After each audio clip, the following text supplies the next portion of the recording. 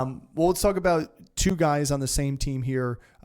Again, we'll talk about Adonai Mitchell and Xavier Worthy. And let's start with Mitchell first. At 6'2", 205, ran a 4.340, not as fast as Worthy's 4.21, but 55 receptions, 845 yards, 15.4 yards per reception, and 11 touchdowns. He definitely had the yards per reception average higher than Worthy and didn't have the total yardage compared to Worthy because he had 20 less receptions.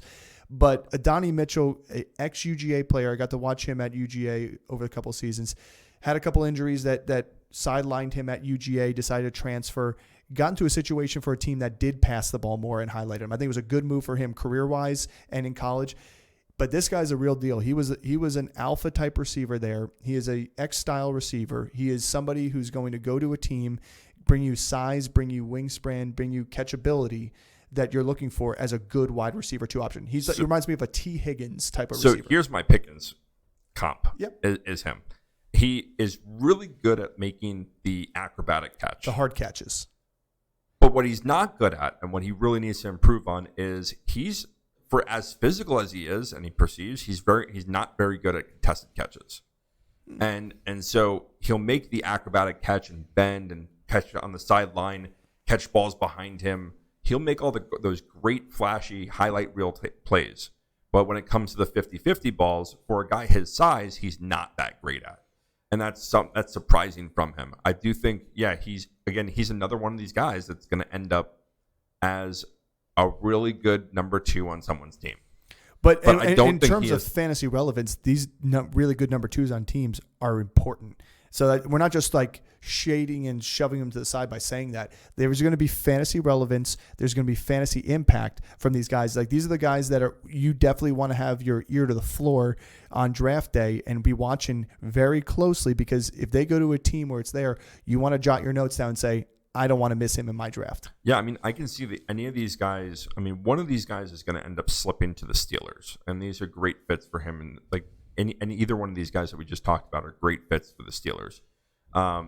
The Bengals we already talked about. I mean, you're looking at some of the teams that later on in the first round where they're fit in really well with Baltimore, Pittsburgh, or Kansas City, like Buffalo. They're going to end up being really fantasy relevant on those teams. But on some of these other teams, I don't know if the need is there to go and take a guy like this when they already have pieces that are established. I mean, you look at, definitely talk about Tampa Bay. Yeah, I mean, stuff like places like that where the talent is great, but there's pecking order already. Exactly, and even some of these guys, even on, even the last 2 guys that we are. At least with Brian Mitchell, I mean, even in New Orleans, that I said, I mean, thinking about it, they have Rashid Shaheed as a deep threat there, and they have a Chris Olave on the outside. And so where do those guys really fit in as being a number 2? Because a lot of their talent, I mean, I think Adonai Mitchell is going to fit in on that team because he is a physical guy. He can kind of make that acrobatic catch. And so I do think there are certain situations, and again, this is all, like we said in the beginning, like the top 3 guys, they're going to make immediate impacts on whatever team they go to. Everyone else, it's really determinant on where they go, more so than anything else. Yeah, it's exactly like we talk about Quentin Johnston. Everybody's shading on Quentin Johnston. I mean, the guy got a bad first year in the NFL. He had some bad drops. But let's not forget, he played behind 2 guys all preseason. Then Palmer comes in as the number 2, and he's still the number 3. And then he comes in after Keenan Allen has some injuries, and he's trying to get highlighted. And that offense couldn't do anything. It was a terrible situation to go to. JSN, everybody's like, oh, what a bust he was in fantasy. No, he actually was fantastic in opportunities he had. But the opportunities were few and far between compared to Zay Flowers, compared to Jordan Addison, who these guys came 2 picks right after those 2 guys, had immediate impacts on their team as wide receiver 2s because of the opportunity. Yeah. So I think there's going to be opportunities for Adonai Mitchell and Xavier Worthy here, because when you flash 4.21 speed, it doesn't matter if you're 5'11", 165 pounds. They're going to find a way to get you the ball, i.e. Deshaun Jackson in his entire career. Yeah. So I think he's more of a gadget player in terms of that. I think he would have to really hone in on his route running ability. Like, is this the next coming of Tyreek Hill? I don't think so. I think they're built differently. I think Tyreek Hill is much better against press coverage than I think Xavier Worthy would be. But if his footwork is good and he can beat people off the ball and avoid the press coverage, he's going to get himself open. I mean, it's just plain and simple. And this is the Jalen Hyatt comp, right? He's a one-trick pony. He has elite speed, and the most elite speed that we've seen in the combine ever. But how does that translate to the NFL? And he's a below average route runner, so you're going to beat players deep, but you don't have the size to really create a ton of separation, especially against man coverage and press man. Well, that's the difference between Hyatt and him. Hyatt at least has some height on him and some reach. Right. Like, you can teach a guy to use your body. You can't teach somebody to use 5'11", 165. Right. And if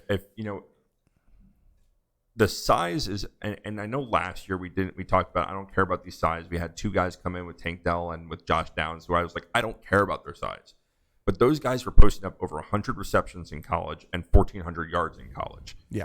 That's not Xavier Worthy. Well, I mean, he had 75 receptions. Yeah, 75 for what? 1,000 yards? And 5 touchdowns. So, yeah.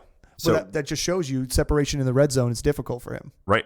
Exactly. So you're a one-trick pony. So if you're not getting the ball deep and breaking out, then what are you really doing? Yeah. But what I do think that Xavier Worthy brings in, and with the new kickoff rules, is he is actually a great special teamer. So he does add that value to being a punt returner, being a kick returner.